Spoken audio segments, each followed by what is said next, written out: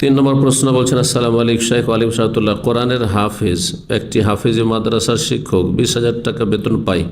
তার 3টি বাচ্চা রয়েছে। এখন তার বাবার কাছ থেকে প্রাপ্ত একটি ঘরের জায়গা ব্যতীত তার কোনো সম্পদ নেই, ঘর করার মতো টাকা নেই। এখন আমি আমার ফুফাতো ভাইকে আমার স্বামীর কাছ থেকে জাকাতের টাকা নিয়ে 20,000 টাকা দিতে চাচ্ছি।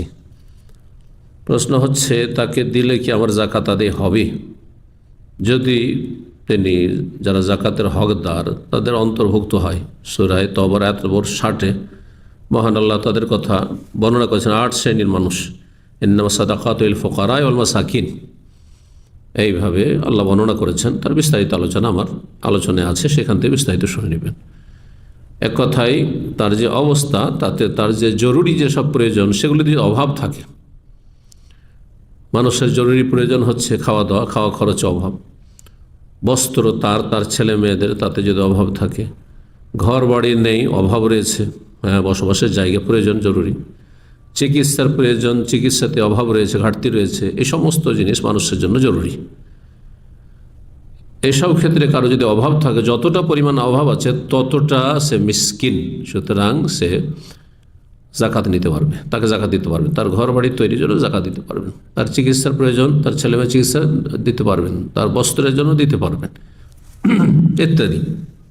যার যতটা অভাব আছে অভাব পূরণের জন্য ফকির মিসকিনের অন্তর্ভুক্ত তাদেরকে দিতে পারবেন। আমাদের সমাজে ফকির মানে ভিক্ষুক না, ফকির মানে ভিক্ষুক নাই। যার যতটা প্রয়োজন তার অর্ধেকের কম রয়েছে সে হচ্ছে ফকির।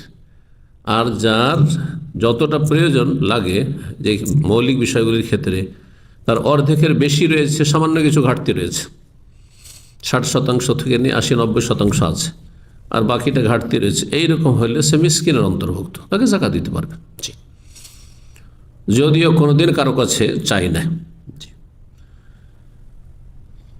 এই ক্ষেত্রে আপনি জাকাত দিতে পারবেন, যেমনটা বললাম। তাকে আমি বলতে পারবো না এটা জাকাতের টাকা, সে কষ্ট পাবে। আমাদের দেশের মানুষদের ভুল ধারণা যে জাকাতের টাকা যদি নিই তাহলে আমি ছোট হয়ে গেলাম, বা কেউ জাকাত দিতে আসলে আমাকে সে কষ্ট দিল। ভুল কথা। আপনি যদি হকদার হন জাকাত দিতে পারেন, জি, কোনো আইবের কথা নেই। কিন্তু আপনি যদি হকদার না হন আর জাকাতে নেন, সেটি হচ্ছে দোষের কথা, কারণ সেই রুজি তখন হারাম আপনার জন্য। বলছেন তারপরে যে সে কি জাকাতের টাকা পরযোগ্য? হ্যাঁ, বললাম যে সে জাকাতের টাকা পরযোগ্য, যতটা তার প্রয়োজন রয়েছে ততটা পরিমাণ। আল্লাহু আ'লাম। 4